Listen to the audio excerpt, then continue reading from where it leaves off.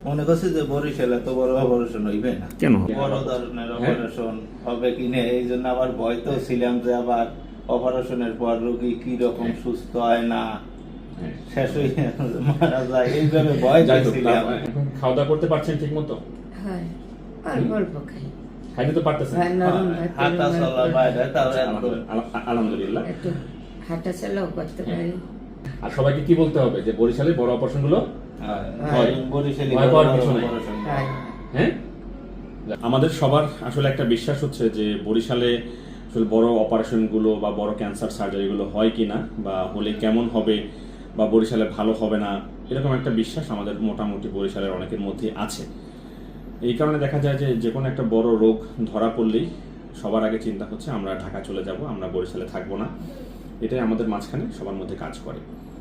কিন্তু আসলে সময়ের সাথে সাথে চিকিৎসা বিজ্ঞান যেমন আধুনিক হয়েছে, ফ্যাসিলিটি যেমন বেড়েছে, তেমনি আস্তে আস্তে আমাদের বরিশালেও এখন আমরা যত বড় অপারেশনগুলো যেগুলো হয় সেগুলো আস্তে আস্তে আমরা নিয়মিতভাবেই করছি।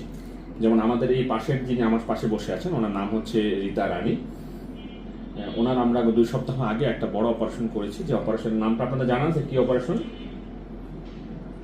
আপনি জানেন? কি অপারেশন করা হয়েছে আপনার? টিউমার। কোথায় ছিল টিউমারটা? পেটের ভিতরে। পেটের ভিতরে। এই টিউমার নিয়ে আপনি কতদিন ঘুরছিলেন? 1.5 বছর। 1.5 বছর। প্রথমে কি হয়েছিল? জন্ডিস। হ্যাঁ। তারপরে পাইপ বসাইলেন। হ্যাঁ। আচ্ছা, ওনার যে রোগটা ছিল এটা আসলে পেরিয়াম্পুলারি কার্সিনোমা। এটা হচ্ছে এক ধরনের ক্যান্সার, যেটা আমাদের পেটের, আমরা যেটাকে চৌরাস্তা বলি, মানে হচ্ছে গিয়ে প্যানক্রিয়াসের নালী, পিত্তনালী এবং খাদ্যনালীর যে জাংশন ওখানে হয়, এবং এটার প্রথম লক্ষণ হয় হচ্ছে জন্ডিস দিয়ে। তো ওনারাও আসলে দ্বিধাদ্বন্দ্বে ছিলেন যে এই ধরনের অপারেশন বরিশালে হবে কিনা, বড় ধরনের অপারেশন হবে কিনা এই জন্য আবার ভয় তো ছিলাম যে আবার অপারেশনের পর রোগী কি রকম সুস্থ হয় না শেষ হয়ে মারা যায়, এইভাবে ভয় ছিলাম। মানে হচ্ছে ওনারা আসলে অনেক ঘুরে টুরে পরে শেষ পর্যন্ত বরিশালে অপারেশন করার সিদ্ধান্ত নেন, এবং আল্লাহর রহমতে আমরা ওনার যে অপারেশনটা করেছি এটা হচ্ছে হুইপলস প্রসিডিওর বলে, বা প্যানক্রিয়াটিকোডুওডেনেক্টমি বলা হয়।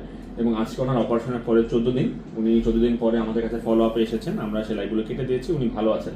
এখন খাওয়া দাওয়া করতে পারছেন ঠিক মতো? হয় অল্প অল্প খাই, খাইতে তো পারতেছেন? ভাই নরম ভাই, হাঁটা চলা বাইরে তাও একদম আলহামদুলিল্লাহ। একটু হাঁটা চলাও করতে পারি। তো ওনার মাংসের রিপোর্টও যেটা এসেছে, যেটাকে হিস্টোপ্যাথোলজি বলে, যে না আমরা মোটামুটি ওনার পুরো টিউমারটাকে রিমুভ করতে পেরেছি।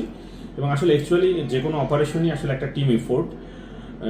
যে আসলে বড় ধরনের কাজগুলো এটা আসলে শুধুমাত্র সার্জন বা শুধুমাত্র একজন চিকিৎসক না, এবং তার সাথে আমাদের যে সার্জারি টিম প্লাস অ্যানাস্থেসিয়ার যে টিম, এটার একটা সমন্বিত টিম এফোর্ট। আমরা চেষ্টা করছি বরিশালে আসলে একটা খুব ভালো টিম গড়ে তোলার জন্য, যাতে আমরা বড় বড় অপারেশনগুলো বরিশালেই করতে পারি। এবং আল্লাহর রহমতে ওনার আজকে অপারেশন 14 দিন পরে আমরা ওনার সেলাইগুলো সব খুলে দিয়েছি, উনি এখন বাড়ি চলে যাবেন ইনশাল্লাহ। পরবর্তী কেমোথেরাপি শুরু করবেন নাকি? হ্যাঁ। আর সবাইকে কি বলতে হবে যে বরিশালে বড় অপারেশন গুলো হয়, বরিশালে ভয় পাওয়ার কিছু নাই। হয়। হ্যাঁ, যাক ইনশাল্লাহ আপনি ভালো থাকেন। আমরাও চাই যে আসলে সবার মধ্যে এই আস্থাটা ফিরে আসুক যে বরিশালে আসলে বড় কাজগুলো সম্ভব, এবং এই জন্য যে কোনো কিছু করলেই ঢাকায় দৌড় দেওয়ার কোনো প্রয়োজন নেই। ঢাকার ভয়তেই আমরা এতদিন একটু সময় হয়েছে, কারণ মায়ের বারবার দেখি একটু বরিশাল খোঁজ নিয়ে দেখ যে বড় ধরনের অপারেশন হয় কিনা। পরে আবার এই দান্দার মাধ্যমে এই প্রথম দিন দেখাইছে। আগে জানলে তো আমরা এই কথাগুলো বলার দরকার নেই। সাথে সাথে আইয়ে পরে তো আপনার কাছে একটা বছর ঘুরছি। না ঠিক আছে মা, আলহামদুলিল্লাহ।